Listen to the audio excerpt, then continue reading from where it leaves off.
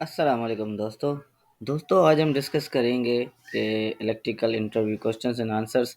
जिस तरह part one में आपने देखा था, हमने 10 क्वेश्चंस डिस्कस किए थे डिफरेंट, और उसके आंसर्स भी डिस्कस किए थे। तो इस वीडियो में आपको हम 5 क्वेश्चंस इलेक्ट्रिकल के बताएंगे और उसके आंसर्स के जो मोस्टली इंटरव्यूज़ में पूछे जाते हैं। मैंने आपको पहले भी बताया था कि जैसे कि ज़रूरी नहीं कि यही सवाल पूछे जाएँ, लेकिन ये पूछे जा सकते हैं इंटरव्यू में ये क्वेश्चंस। तो सबसे पहले हमारे पास जो क्वेश्चन आता है वो आता है कि व्हाट इज़ डायोड। अक्सर करके ये पूछा जाता है कि इलेक्ट्रिकल या इलेक्ट्रॉनिक्स का जो इंटरव्यू होता है, ये फ्रेश ग्रेजुएट से या जो हमारे टेक्नीशियन होते हैं या डिप्लोमा होल्डर होते हैं या इलेक्ट्रिशियन लेवल पे, तो उससे ये पूछा जाता है कि डायोड क्या है। तो आपको सिंपल ये बताना है कि डायोड एक सेमीकंडक्टर डिवाइस है जो अलाउ करता है करंट को फ्लो करने में, लेकिन एक डायरेक्शन में करंट को फ्लो करवाता है। ठीक है, उसके दो टर्मिनल होते हैं, एक एनोड एक कैथोड। सही, एनोड पॉजिटिव टर्मिनल होता है और कैथोड नेगेटिव टर्मिनल होता है। सिंपल आपको ये जवाब देना है। अच्छा, दूसरा सवाल ये है कि अक्सर करके ये पूछा जाता है कि भाई difference between relay and contactor, कि रिले और कॉन्टेक्टर में क्या फ़र्क है। ये आप बेसिकली आपने देखा होगा, ये रिले है, ये कॉन्टेक्टर है। ये बेसिकली इंडस्ट्रीज़ में यूज़ होते हैं रिले और कॉन्टेक्टर। जो बंदे इंडस्ट्री से ताल्लुक़ रखते हैं उनको इनके बारे में पता होगा। तो अक्सर करके पूछा जाता है कि ये दोनों हैं तो बेसिकली स्विचिंग डिवाइस हैं, इलेक्ट्रोमैग्नेटिक स्विचिंग डिवाइस। दोनों में कॉइल होती है, दोनों में पॉइंट्स होती हैं, NO NC points. Coil coil लगी होती है। कॉइल डिफरेंट वोल्टेजेस की होती है, 24 वोल्ट, 110, 220। इसमें भी यही होती है, 220 कॉइल होती है या 110 की होती है। तो बेसिकली हम पूछा जाता है कि इन दोनों में फ़र्क क्या है। बेसिकली आपको जवाब ये देना है कि ये दोनों स्विचिंग डिवाइसेस हैं। मैं और रिले जो है वो बेसिकली लो पावर एप्लीकेशन के लिए यूज़ होती है। नॉर्मली हमारे PLCs के साथ या इलेक्ट्रॉनिक सर्किट्स में, या मतलब लो पावर एप्लीकेशन के लिए यूज़ होती है। आपको ये बताना है। और जो कॉन्ट्रैक्टर है वो हाई पावर एप्लीकेशन के लिए यूज़ होता है, मतलब जहाँ मोटर्स वगैरह की कंट्रोलिंग के लिए वहाँ पे यूज़ होता है कॉन्ट्रैक्टर। तो आपको सिंपल ये बताना है। थर्ड बहुत ही इम्पोर्टेंट एक टॉपिक है कि हमारा कि अक्सर करके पूछा जाता है कि पावर फैक्टर का कॉन्सेप्ट पता है, मतलब पावर फैक्टर क्या होता है। तो सबसे पहले तो ये है कि आपको ये बताना है कि पावर फैक्टर जो है वो बेसिकली ये है कि हम कितना यूज़ हम पावर यूटिलाइज इलेक्ट्रिकल पावर को यूटिलाइज कर रहे हैं, कितना एफिशिएंटली हम आपको एक सिंपल जवाब देना है कि कितना एफिशिएंटली हम इलेक्ट्रिकल पावर को यूटिलाइज कर रहे हैं। पावर की हमारे पास तीन किस्म होती है, एक होता है अपरेंट पावर, एक होता है रियल पावर, एक होता है रिएक्टिव पावर। तो बेसिकली अपरेंट पावर जो हमें हमारे पास, जिसको हम KVA की फॉर्म में लेते हैं, जो हमारे पास पावर आता है और जो यूटिलाइज़ करते हैं उसको रियल पावर बोलते हैं, और जो इसका कोई यूज़फुल वर्क नहीं होता वो रिएक्टिव पावर होता है। ठीक है, तो आपसे अगर कोई पावर फैक्टर के बारे में पूछे तो आप उसको ये जवाब देना है कि हम पावर फैक्टर को हम इस तरह डिफाइन करते हैं कि हम कितना एफिशिएंटली इलेक्ट्रिकल पावर को यूटिलाइज़ कर रहे हैं।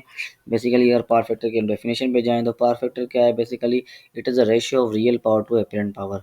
रियल पावर हमारा ये है किलोवाट, ये है KVAR जिसको हम रिएक्टिव पावर बोलते हैं, ये अपरेंट पावर KVA। तो पावर फैक्टर जो है वो रेशो है real power upon apparent power. Real power basically basically हमारा किलोवाट है, अपरेंट पावर हमारा KVA है, मतलब कितना एफिशिएंटली हम इसको यूटिलाइज करें जो हमें पावर मिल रहा है। अपरेंट पावर जो हमें प्रोवाइड हो रहा है और रियल पावर जो हम यूटिलाइज कर रहे हैं सिस्टम में, आपको ये बताना है। पावर फैक्टर बेसिकली बहुत इंपॉर्टेंट एक टॉपिक है, ये एक बहुत लंबा टॉपिक है, वो मैं अलग से एक वीडियो बनाऊंगा पावर फैक्टर के ऊपर। लेकिन मैं इंटरव्यू में अगर आपसे कोई सवाल करे तो आपको सिंपल ये बताना है, ये मैंने आपको बताया। ठीक है, देन हमारे पास है फोर्थ क्वेश्चन है, वो है कि हम सब ये पूछा जाता है कि ट्रांसफार्मर का पर्पस क्या होता है। ये सिंपल इंटरव्यू क्वेश्चन है, ये जो स्टार्टिंग में जो बंदे ग्रेजुएट होते हैं जो इंटरव्यू देने जाते हैं उनसे ये सवाल पूछे जाते हैं।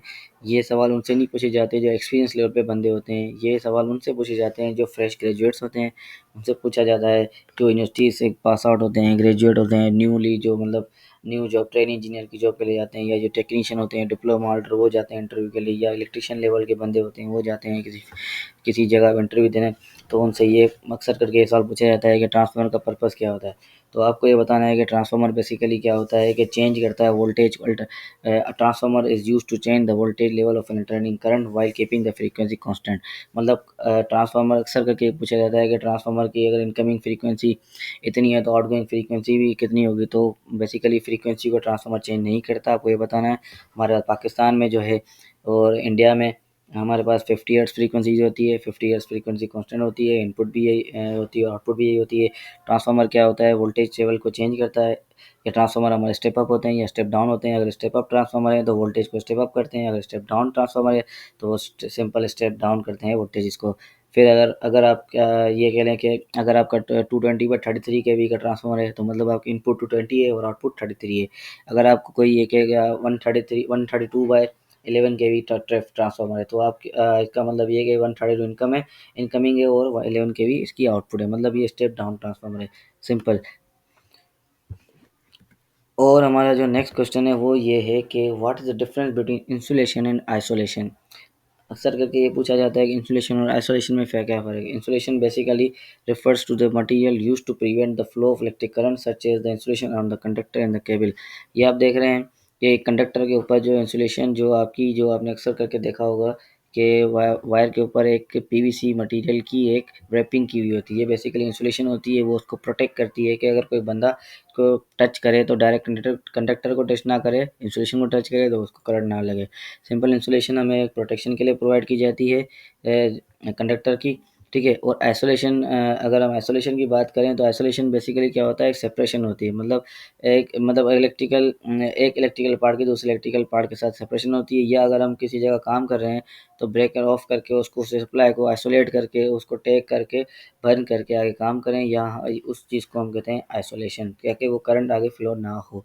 तो सिंपल आज की वीडियो में हमने ये डिस्कस किए 5 टॉपिक, 5 डिफरेंट क्वेश्चंस, इसके आंसर्स। उम्मीद है आपको आज की वीडियो पसंद आएगी। अगर आपको कोई और सवाल हो तो आप मुझसे कमेंट सेक्शन में पूछ सकते हैं। इसके अलावा इंशाल्लाह फिर नेक्स्ट पोर्शन में और कुछ सवाल डिस्कस करेंगे मज़ीद हम। अभी स्टार्टिंग में हम जो है बेसिक बेसिक क्वेश्चन डिस्कस करेंगे, फिर फ्यूचर में हम कुछ जो है मुश्किल सवाल डिस्कस करेंगे जो इंटरव्यू वगैरह में पूछे जाते हैं सीनियर लेवल पे। अभी जो बेसिक जो क्वेश्चंस हैं वो मैंने आपसे डिस्कस किए हैं कि अगर फिर भी अगर कोई सवाल हो आप तो मुझसे कमेंट सेक्शन में पूछ सकते हैं। शुक्रिया।